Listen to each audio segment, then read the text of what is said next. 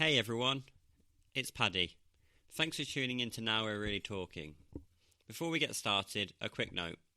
This episode includes open and honest conversations about mental health, including OCD, body dysmorphic disorder, intrusive thoughts, and some discussion of suicidal thoughts.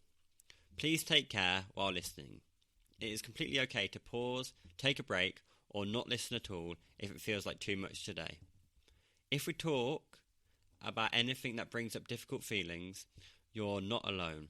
In the UK, you can contact Samaritans anytime on 116123 or text SHOUT to 85258 for free confidential support. In this episode, I sit down with Mia Hill, a brilliant advocate and content creator using honesty, humour and heart to challenge stigma around OCD and BDD. We talk about what it is like to share her story online, the courage it takes to speak about taboo parts of OCD, and how humour can help us find light even in dark places. So settle in. This is Now We're Really Talking. Hello everybody, and welcome back to another episode of Now We're Really Talking, a podcast where we dive really deep into mental health experiences. And today I'm really excited to be joined by Mia Hill, who has been so open. And I think one thing that I think I really admire about what you do and kind of your social media is that balance between really kind of serious stuff and being able to make videos that make me really laugh, but also have a kind of really educational element, but we'll get into that later. But how has your day been? How's your Wednesday been? First day of October? Yes. Oh, I love October. Firstly, thank you for having me. It's an honour to be on here with you. And likewise, I think you do amazing things. So yeah, thank you for having me. I love October. I love autumn. So I'm very happy and I love, I know I'll regret it during the winter months because I find winter quite hard, but I love the autumn months. But yeah, been just normal stuff today. The usual. I've been making some social media posts for OCD UK, promoting the conference which is coming up in November. But yeah, apart from that, not much. Yeah, how about you? Yeah, I've been working, so I'm pleased to be doing something much more exciting now. So you say you've been making kind of Instagram posts, and let's kind of go a bit more into your own kind of accounts and social media. And as I said earlier, you've got that balance between the really serious kind of and educational, but also the trends, and not like trends as in, I don't know, flippant, but these kind of videos that make you laugh, but in for me at least, like a laugh because I know exactly, I know the feelings you're portraying. So how long have you been doing your social media in this way? And was the kind of motivation for starting it and continuing to do so? Yeah, I actually don't think I've ever been asked the question. It's a great question, and it started during lockdown. So I was 17, which seems like a lifetime ago. And to be honest, I was really struggling with my mental health, specifically OCD and BDD. And yeah, no, I didn't really see many accounts doing it, and I was quite lonely. And I was homeschooled for a long time because of my OCD, and then I was going to start sixth form. And then COVID happened. So just as I was just starting to feel like I was getting back to normality or whatever that might look like, I was back inside again. And so, yeah, it kind of, everything flared up. And I found when I first started, it wasn't even about my experience. It was just awareness posts about OCD in general. I didn't know about BDD at this point, so just OCD in general. And it was kind of therapeutic, actually. Being able to, I was very embarrassed and ashamed of the thoughts I was having, and I never really saw anybody else. You heard about famous people in the media, but even then, it wasn't a true representation of my OCD.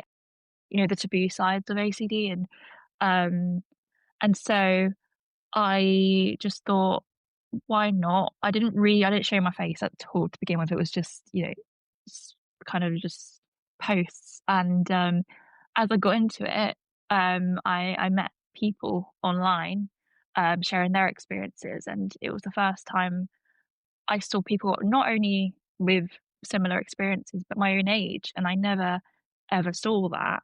And then that gave me the confidence to start posting more and sharing more, and um, it was really hard to begin with. It was like, how is this going to be received?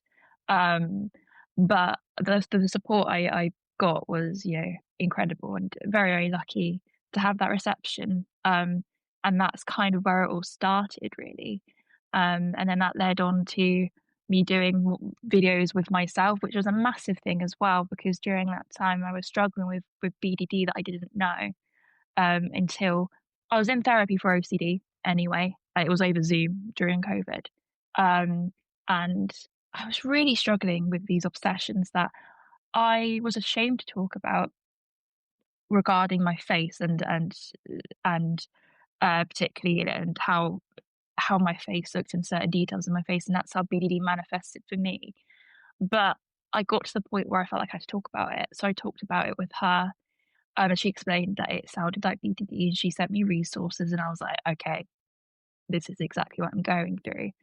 And that's where I found even more of a community on Instagram with people sharing their experiences with BDD. And it kind of snowballed from there, really. I felt free. I felt this like freedom, and I was able just to be authentically me, but also I realized I was helping others, which is the most like it's the most priceless feeling ever. Like if you could bottle that up and give it to people, like I 100% would. It's a feeling like no other, and that just made me want to do it more.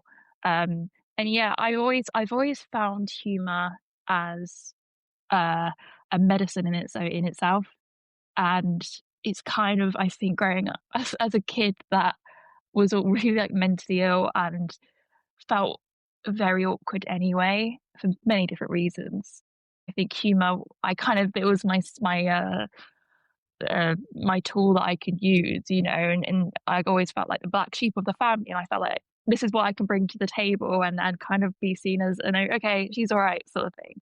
And with mental health, it is so taboo, not just OCD and BDD, but there's so many things that you know you speaking up about your when people speak up about their mental health, even though I think times are changing, which is great, there's still that sort of, hesitation because you don't know how that's going to be perceived. And so I thought humor, mixing those two together, it kind of was a way that I felt really comfortable. It's a way that I was able to just speak about it well, what felt comfortable for me. And with the TikTok videos that I kind of share on Instagram as well, it just felt like a natural extension of that. Like I was doing these not I wasn't doing videos, and then I started doing videos, and it was like a segue into that, really. And um yeah, I think I find it hard to post quite serious. Like I can do serious things, but yeah, I think it's easier to digest as well. Like for people that don't know much about, for example, OCD, um, having a little bit of humor. Like I talk about POCD, right, which is really shocking to someone that doesn't has no idea about what POCD is. But you just add that little bit of, a bit of humor, and but or in the right way. Obviously, it's not something to make fun of, but I think it's being able to use it in the right circumstances. I think it's easier for people to digest these things. I think it's so interesting you talk about, and especially you talk about like POCD. I think when you do talk about these things, it's not just like you said earlier that you didn't see people talking about the more taboo sides, and I think that things like POCD and even I think OCD and BDD are two of the most kind of misunderstood I think a lot of mental health challenges are misunderstood, but these are two most out of all of them. I think it's so important to kind of to add that humor in and mix it in, because nobody just wants to read an essay kind of about it. You can't learn about somebody's feelings through that. um, you can through kind of those relatable posts. So let's kind of talk a bit more about your kind of mental health experiences that have kind of led you to share them. So I think so. You first of all kind of got diagnosed and were living with OCD. How old were you when you kind of you realised, and what was that like? Kind of realising that there was something kind of different about you. Yeah, well, I mean, my earliest memories was 8 years old, but it was kind of it ebbed and flowed, and I at the time didn't know what it was, and it was more manageable, whatever that is, because I used to use these. It's very hard, but um, it showed up in different ways than it does now, for example. Um, and then around the ages of 11, so I started secondary school, and I think, as we all know, like people mostly know, like stressful events, anxiety-inducing events exacerbates OCD. It makes it, blow up. And for me, at this time, I had no idea what OCD was, and yeah, I think that drastic change from primary school to secondary school, yeah, it kind of skyrocketed. Um, and actually, our headmaster got all of the year sevens in. This is how brutal it was. In this assembly, and on the first day, and he said, in a really strong Scottish accent, if nobody wants to learn like shouting at us, then you can get the hell out now. And we could walk out, and I was just like shaking in my wee booties. It was terrifying, and I was like, how you can't say these to like these little kids. Um, and like they would give detentions if you were late for 1 second. And there was one class, right, that I had to get to. It was like from maths to English, and it was the opposite side of the school. It was a massive school, and I'm like, I physically cannot do that in five minutes.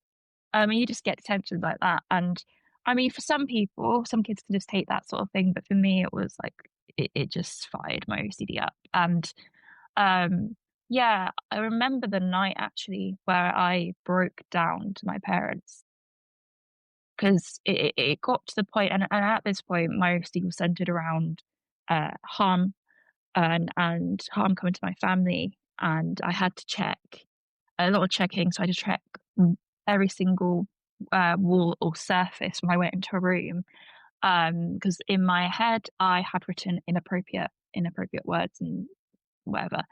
Um, and I in my head I thought they would hate me, disown me if I actually said to them what I was doing and what I was thinking. But it got to the point where I was just like, I had to.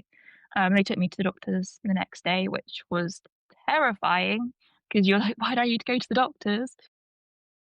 And then they referred me to CAMS, and yeah, I got diagnosed pretty quickly and started therapy. And yeah, which is actually unheard of. It's really hard to get a diagnosis on the NHS.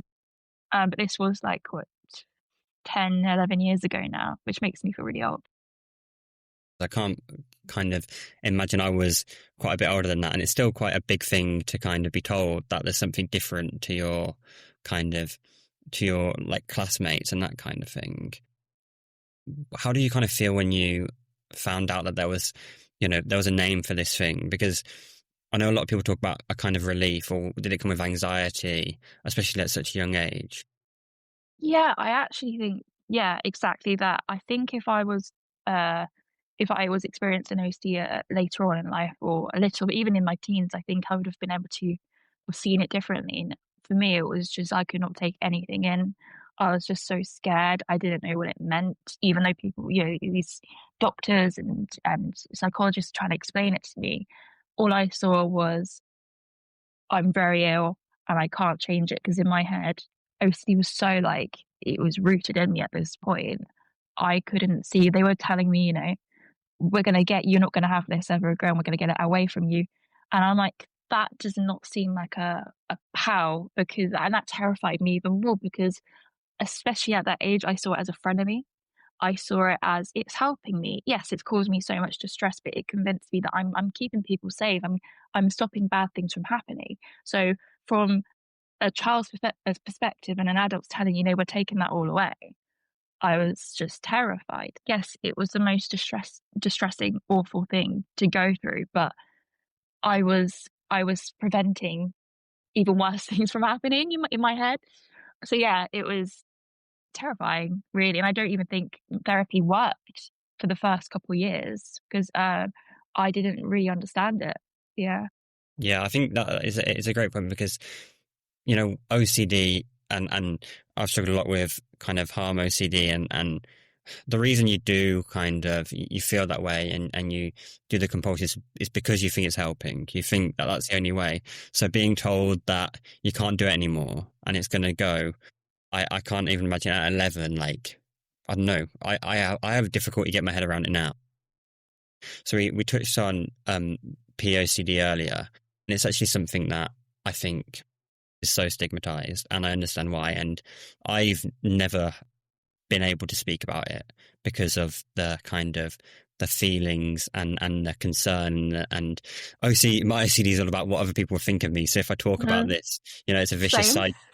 But how do you get back? Can you just kind of explain a little bit about what it is and how do you get from the point of feeling these feelings to actually posting about it and talking about it? Yeah, no, I still don't know. I'll tell you a story in a minute, and that kind of was like a very full circle moment, and it's only happened last week. Um, so yeah, a POCD is even saying like we shorten it to POCD because it's Yeah, still hard to exactly. say That's what I paedophilia didn't want to say OCD. it. So that was my bad. But yeah, No, yeah, no, it's because that's how I've been. That's how I still say it, and it's I think for me, the reason why I say POCD when I talk about it now, like, because I do support groups and stuff, I think it's so I don't just make people feel kind of triggered, like, straight away. It's a bit of an easy word, but I think the word paedophile or paedophilia for anybody, whoever you are, is alarming. It's like, alarm bells are ringing. But when you, and especially people that don't have OCD, they hear that and they think, they make immediate judgments. And okay, or if I didn't have OCD, maybe I would as well. Like I'm not perfect, and it's not. It is an alarming word, and I think this is why education is so important. And you know, I think POCD. See, I did it again. POCD is one of the most taboo types of OCD. Um, and for individuals that go through it, I mean, I remember I was 14, 15 when I first started having these obsessions. It's basically it's ego-dystonic, it goes against your morals, beliefs, values, everything you are as a person, and I think that's why it makes it so terrifying. But at the same time, it is not who you are as a person, and without giving reassurance, because I feel like that's also a massive compulsion, specific, especially in when you have POCD, I think there's a lot of reassurance seeking, something like it. But it's and I always say it doesn't matter what theme you have because underneath it is still the same cycle. Um, so I try to not to go into deep about like these different themes. Like some people say to me I should be treated specifically for this theme. No, it's every single theme is still OCD, it's CBT or BRP. But um, yeah, and for me, it was very hard to talk about, and I believed it. I believed this obsession for years to the point where I didn't want to be here at one point because of it. And I wanted to hand myself into the police. I didn't want to exist because I was so, having panic attacks over it. Um, when I learned about it, and especially when I started talking about it with my therapist, I think that was the point when I realized that this is part of OCD. Like I said, I was diagnosed at 11, so I've been in therapy since then. So I was 14, 15 when I started having these thoughts. So I knew how OCD worked. And I knew that in my heart, even though you have the irrational and the rational side. The irrational was screaming at me that this is who I am as a person. I'm a paedophile. I knew that's how OCD works. So I think I had the edge on it in that respect. So I felt, it took me a couple of years. Don't get me wrong, but then I knew that I had when I started the mental health page that I wanted to talk about these sides of OCD because when I did, and I started off with, again, not videoing myself talking about my experience necessarily, I was just talking about the topic as a whole. I realized how many people were struggling and how many people were suffering in silence. And no, they weren't pedophiles. These are people who were, tearing themselves apart, making themselves so poorly. over something that was simply OCD. I say simply OCD, but it was OCD. You know, it's a lie. It's, you know, it's this monster whispering these lies to you. And yeah, and with that, it just gradually, yes, I remember the first time I posted me talking about my actual experience with POCD, and so hesitant pressing that post button. But at that point, I was so in recovery with that specific theme that I was like, no, whatever anybody says, I am confident enough, and I don't care if I get backlash. I'm confident. I want to help people. And that's what's driving me. I'm going to help people, and so I did. And I actually didn't really get any backlash. And just a lot of people saying the same thing, that they were going through this. They've never heard anybody talk about it. No wonder why, right? Like, it's such a hard thing to talk about. But, yeah, and I think for me now, like, I post more. I think I go, you know, to the extreme now, because I just hate the idea of people just struggling and not knowing that it is OCD. But yeah, full circle moment. I did a talk to 200 police officers, Wow. Met Police, so it was everybody, so it was detectives, all sorts, for OCD UK. I did a presentation on what OCD is, and then I talked about my experience with POCD in front of police people, and it was it was like, and the response was amazing. Like, it was so many people in the police force were saying that they have OCD, or they have a loved one, or their child has OCD, their parent, blah blah blah blah blah. And I just realized how needed it was, and the fact that I talked about harm OCD as well, um, and you know how people might turn themselves in because they think they've killed someone and they can't remember, like false memory and all that. So yeah, it. I hope that answered your question. I feel like I No, waffled it a little does. bit. No, no, not at all. I think yeah, it's so phenomenal. And I think because I think OCD, like you said, and I totally agree about the themes, because I kind of see OCD as a bit like a antibiotic resistant viruses and that kind of thing, where once I kind of feel like I've beaten this thing, it will kind of morph into something else. And because being a paedophile is like the worst possible thing you could be, and it attacks. I remember when I was going for my exams, it suddenly turned up, and it was like so scary. But I think it's so incredible to actually to talk so openly about it. Considering how taboo it is. And it's so important because I think so many more people have it than you'd expect, and have it. And because it is probably, it's impossible to understand or don't struggle with OCD to kind of think like how do you persuade yourself that you're like a murderer, or, you know, and so it's so important to kind of talk, and the more people who talk about it, the more the stronger it gets, and the stronger the idea is it's not just one person, and this is a real thing. So yeah, I think that's incredible. So you struggled, and you talked a little bit about therapy and CBT and exposure therapy. And you said that it didn't really help, that you didn't think it kind of worked the first few years. Can you kind of talk about your journey through that, specifically around OCD, and what is CBT to start off with, and exposure therapy, and you know, how does it work? Yeah, so according to the NICE guidelines, which is the National Institute of Care and Health Excellence. I'm glad I got that. It's part of my job. Yeah, I that was should know impressive. that. It's the gold standard treatment for OCD and BDD, and I think it's basically obsessive relate. See, now I've messed up. It's not classed as anxiety disorder anymore. It's obsessive related disorder, something like that. It's yeah, and it's CBT BRB. And so CBT is cognitive behavioral therapy, which is basically, and it's a therapy that works for a lot of different mental health conditions. And it's kind of how I explain, it's like reprogramming your brain to see things differently. And there's loads of different techniques that you can go through, the way or the different ways of thinking. So there's a lot of, in my experience with my therapy, there's a lot of black and white thinking. I did a lot of catastrophizing, and being able to understand each thinking styles. And there's loads of different techniques that therapists will use, but it's basically, yeah, kind of like reprogramming your brain to see things a little bit differently. And that usually comes in fast in therapy for OCD. They're not just going to, push you right into the deep end and say, well, stop doing your compulsions, you're cured. Um, so then they gradually integrate ERP, which is exposure response prevention. And it's basically slowly but surely um, exposing yourself to your like obsessions and compulsions. And so it's kind of like, for example, and they usually do a hierarchy as well. So they used to do a thing back in, I think it was the 80s, where they would do flooding, and then they realized that didn't work. And flooding was like, your worst OCD obsession compulsion, just don't do it, and that's it. Like, they're just going to throw you right in the deep end. Now they've realized that doesn't work, and they usually do a hierarchy,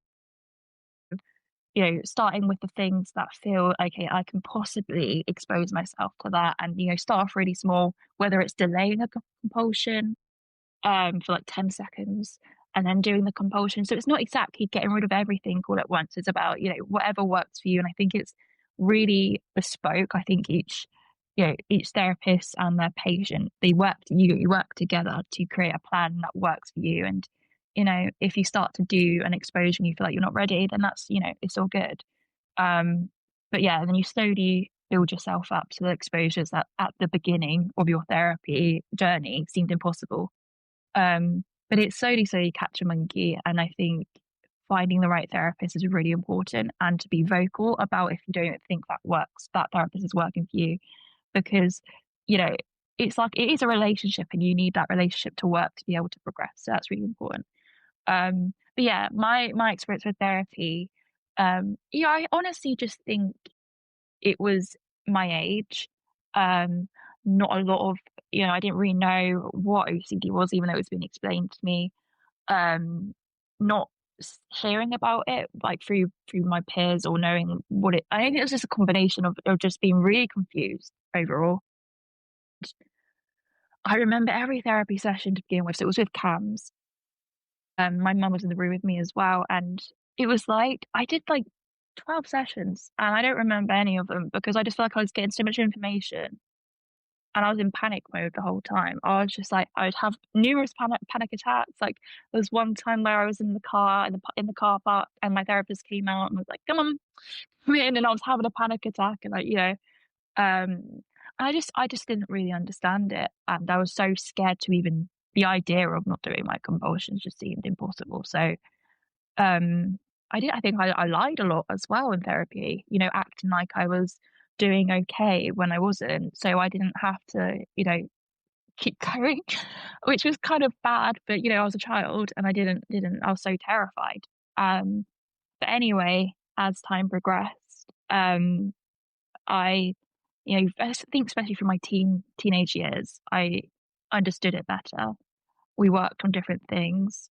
Um, I will have to say, like, CAMS was amazing, and specifically my last therapist I had in CAMS. So during lockdown, her name was Alice Farrington, and she's incredible. Dr. Alice Farrington, she's absolutely amazing. She's actually speaking at our conference in November, which is really lovely. Really full circle, another full circle. It's so weird that you have a therapist that you worked with as a child, and now you're like doing work with them, which is amazing. Um, but she knows my most inner darkest secrets now, so I have to bribe her.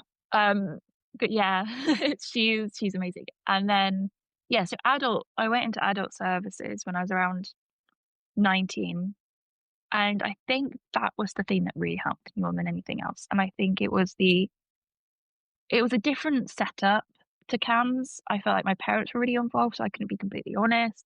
I felt, just more. I just didn't want to share everything, and I think the things I needed to share, I couldn't share until I started adult therapy, because it was just, me, them, no, well, her, and um, it took a while, and I think we worked on a lot of core belief work, which I'd never done before. Um, so my OCD stems around how people view me, me upsetting other people, me causing harm to people, and basically, ultimately, it's just how people view me. And I've been like that since I was a little girl. It goes all the way back to when I was like a tiny child. and just being terrified of upsetting people. And so I think working on that for the first time, which I've never done before we even started, exposures, I think that was really useful because, you can put a band-aid over a cut, but that cut doesn't necessarily heal. And we needed to do the groundwork first. And I think beforehand, during, in camps, I was progressing, but I always seemed to just come back down. And I think it was just putting a band-aid over a massive, gaping hole that wasn't going to close up until I addressed the underlying issues. And yeah, that I think was the thing that really helped me then go on to do exposures.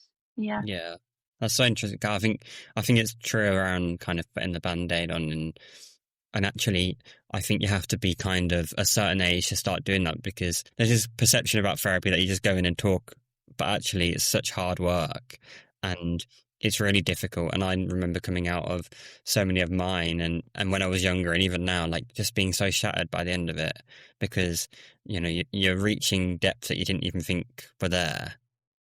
So we've talked a lot about OCD, but one of the other kind of core experiences is BDD. So in kind of the same way we've talked about OCD, could you just kind of give a little insight about what BDD is, and kind of when you started realizing that this is what you're experiencing?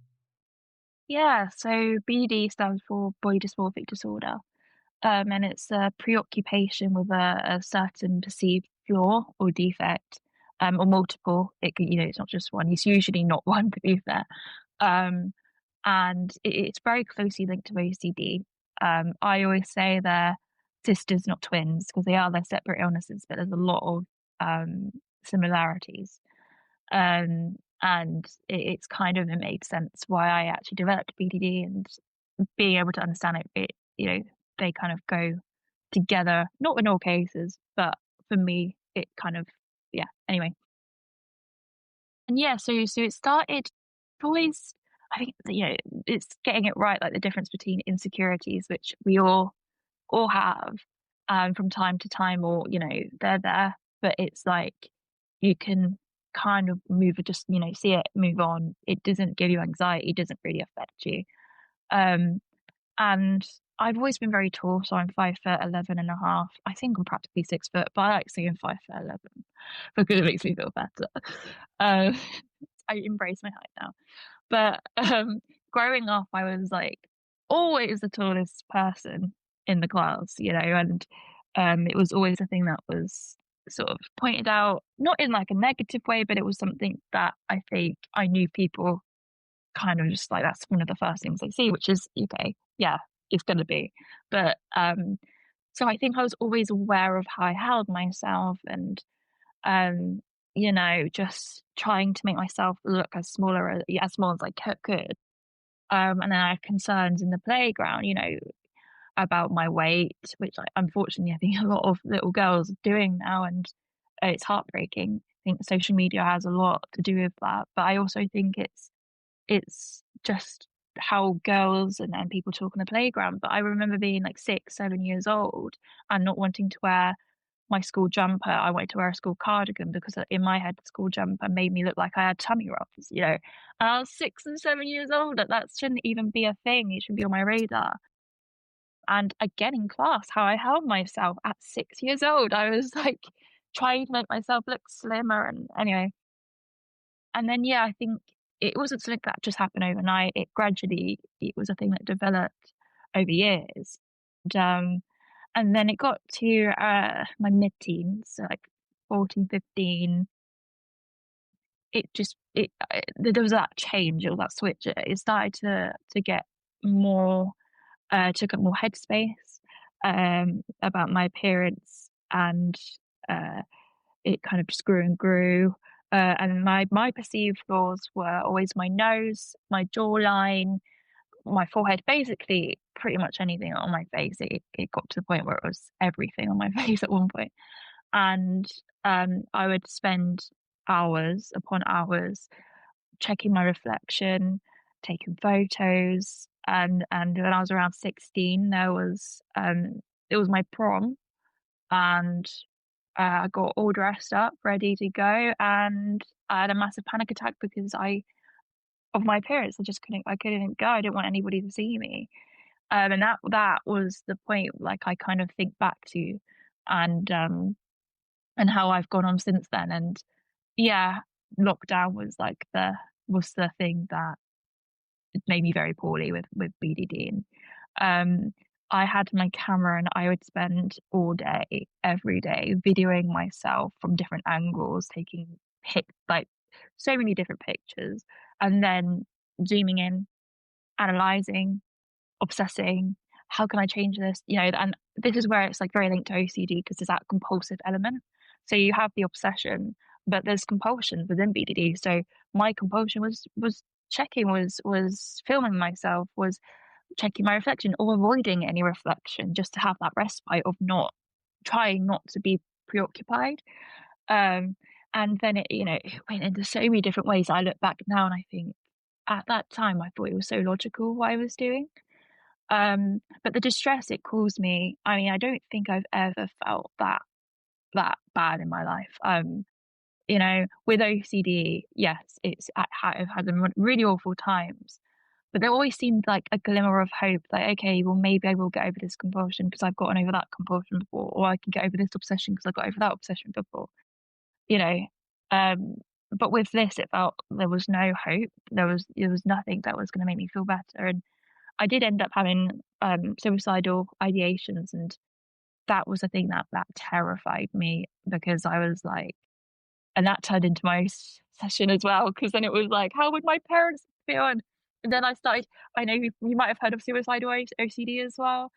Yeah, that turned into that, so that was great. But yeah, and then I mentioned it to my therapist, like I said before, and she led me onto the BDD Foundation, which is a fantastic charity.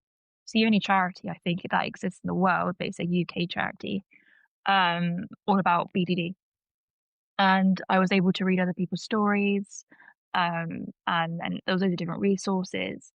I think the thing I was a when I started to feel like I could get better from this was hearing other people get better from it. And that was the glimmer of hope. That was the thing. Okay, that's what I needed. I basically do because the therapy is very similar to OCD with BDD. And I knew what OCD therapy was. I'm like, okay, let's get the gloves on, let's do this. So it was like, yeah, really difficult, really hard, but I got there.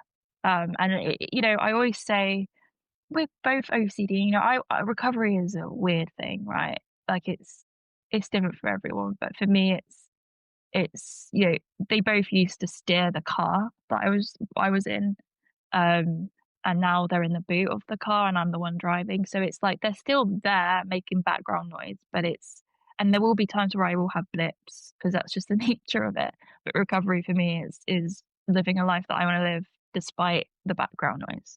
It's Yeah. there. Yeah, no, I think that's so powerful, and I kind of think similarly in terms of it is there, but it's not kind of it's not the dominant force anymore. Um, and you said that the hope kind of came from kind of seeing other people, how far they'd come. And I saw you talk about one specific coping mechanism or one kind of technique that really helped, and I just kind of loved it. And I think you've talked about having like a photo on your mirror of your younger self. And I think that's like incredible for so many different kind of challenges. Could you just talk a bit more about that and how it does help?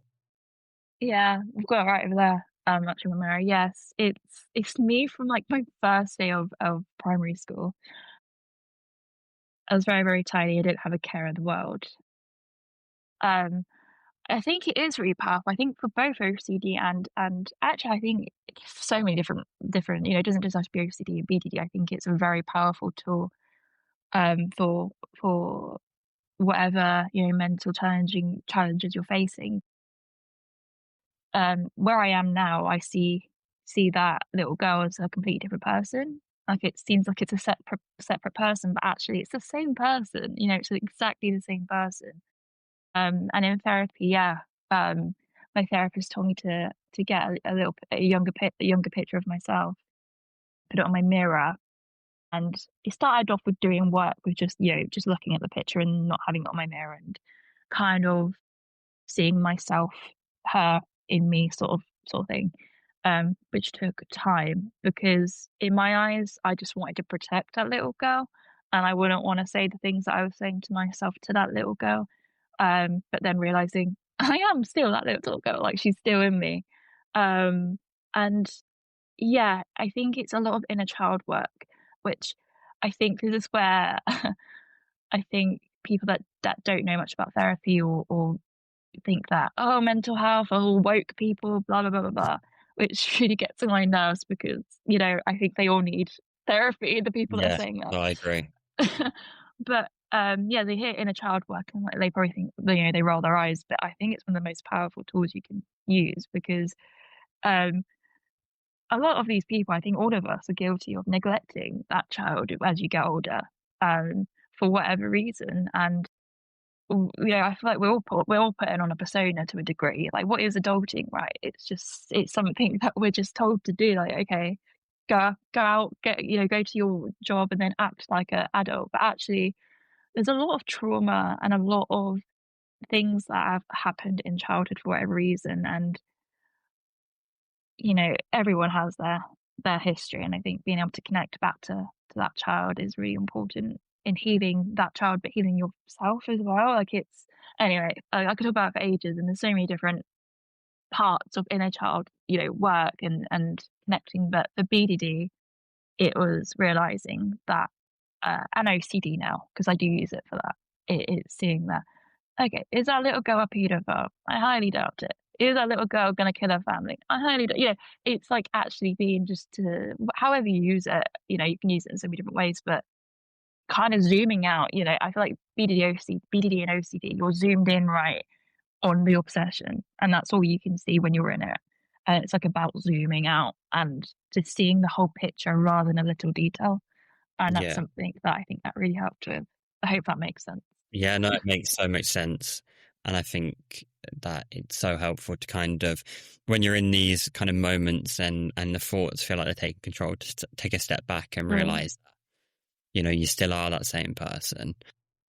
You've grown, but that person is still inside of you. And if you could kind of go back and speak to that, your younger self, that person in the picture, what do you think, what kind of advice or what would you say to her?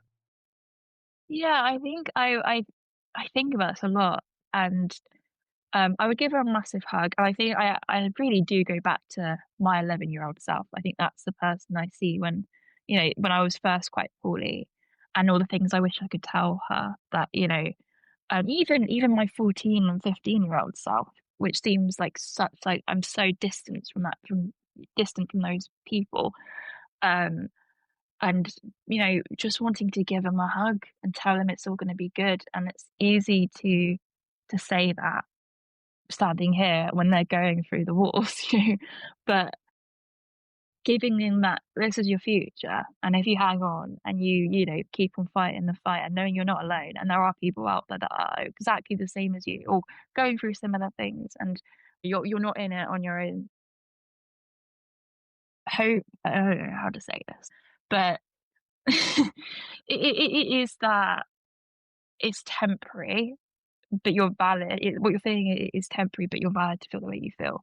Because I feel like no matter what I would say to them would make them feel different as in their obsessions at that point in time. But I hope that they would see me as them, and that is the hope that you will get to that place where you can live the life you want to live. Yeah. Um, Something along those lines anyway.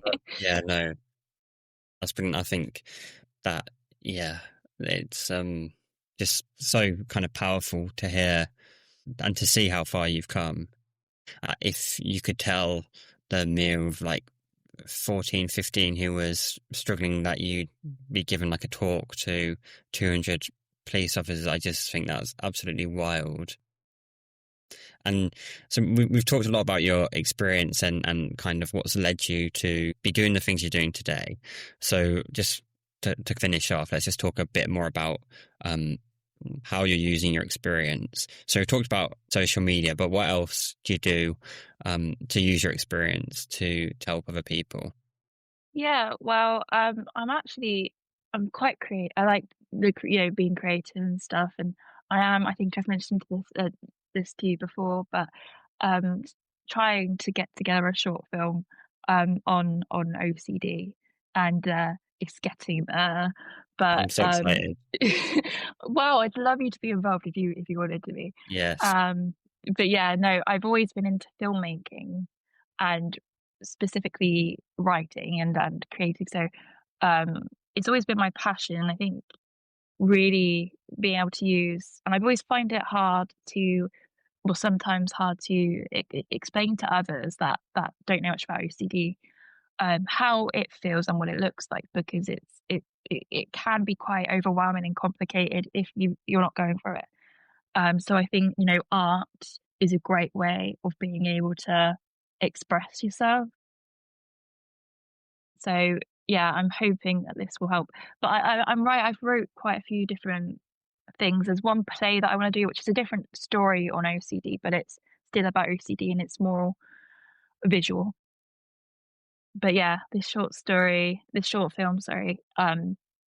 Yeah, I'm hoping that will be more of an awareness, but also a hope project as well. So mixing the two, hopefully educational for those who um, don't know much about it. And like you said, like at the beginning, people don't just want to read what OCD is. Like, they're just not going to read it. And I think making something that's engaging and people are actually going to watch it or view it or whatever. I think that's a great way, and I think art is a great is a great way to do that. That's kind of the things that I'm trying to work on, and I work for OCD UK, which is kind of my dream job now I think about it, because it's being able to help people, which I said before is priceless. Sound like so self-righteous, like I'm No, you such a don't. good You don't. I person. think no, no, not at all. I think that you've found like somebody who's been through real challenges. He's been really low and being able to use that experience to help other people. When like growing up, OCD tells you that you're a bad person, and now to be able to use those experiences, those very same experiences, to help other people, I think it doesn't sound self-righteous. It sounds really powerful, and I think that like I said earlier, I think OCD and mental health and mental health challenges are all about feelings and about, you know, feelings inside which you can't reflect on a PowerPoint. You can only reflect through videos and art and poetry and like plays and this kind of thing. So I think it's so necessary that somebody is putting these things together, and actually somebody with lived experience um is doing this. And somebody who's kind of, talented with lived experience. I know if I did it, it'd be rubbish.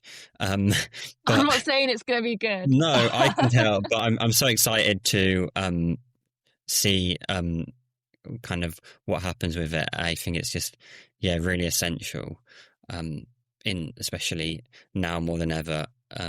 Yeah, and it will do things that kind of words on a piece of paper could never do.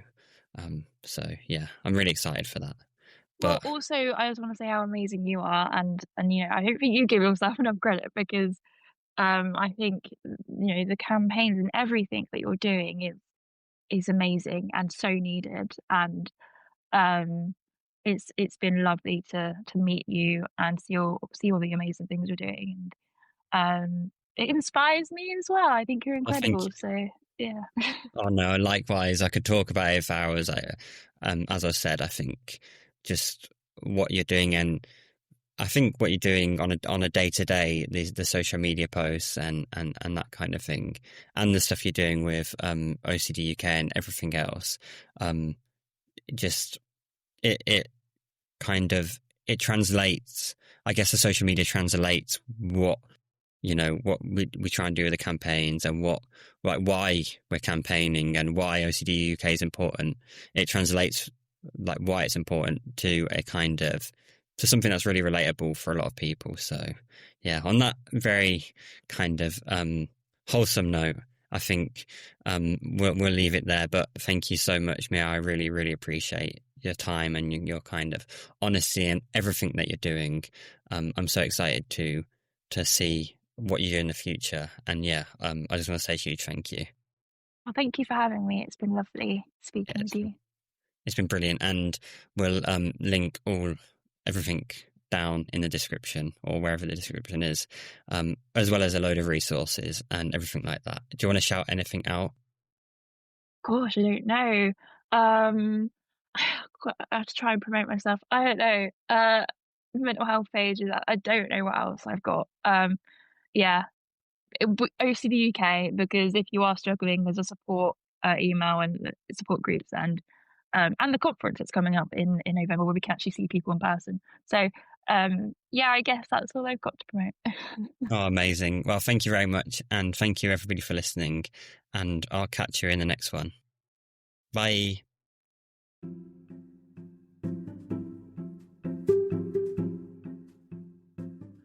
Once again, thank you so much for listening to Now We're Really Talking. If anything in this episode has brought up difficult feelings for you, please reach out for support. You don't have to go through it alone. If you're in the UK, you can contact Samaritans on 116 123 or contact Shout by texting 85258 or visit mind.org.uk for mental health support. If you're listening from outside the UK, you can find international helplines at findahelpline.com. Remember, there's always help out there, and talking about it is a strength, not a weakness.